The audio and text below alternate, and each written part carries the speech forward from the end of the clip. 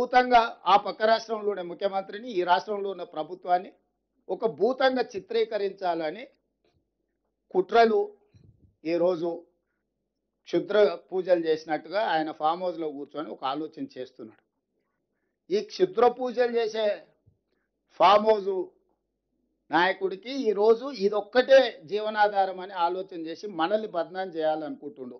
ఈయన farm house తాంత్రిక పూజ చేసిండు, సకుటుంబ సమేతంగా పూజలు చేసిండు. లాస్ట్కు అవన్నీ కలపడానికి కాళేశ్వరం వేడు. కానీ మీడియాకి ఏం చెప్పిండు? కాళేశ్వరం పనుల పరిశీలన, కాళేశ్వరం పరిశీలించడానికి ఊరుదని చెప్పి కుటుంబాలు కాళేశ్వరం వేడు.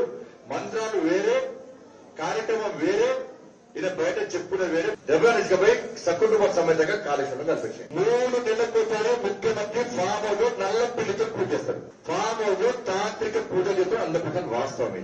వర్కర్ చనిపోయాడు, యువకుడు చనిపోయాడు, అప్పుడే ప్రచారం జరిగింది ఇవి బలి కావచ్చు అని చెప్పి. ఈ అన్ని పూజలు చేసి చేసి చేసి చేసినాకనే చివరకు ఆయన స్వార్థం కోసము, ఆయన కుటుంబం కోసము ఆ తాంత్రికుని యొక్క క్షుద్ర పూజలు అయిన తర్వాత ఆయనే టీఆర్ఎస్ గా మార్చిండు. ఇది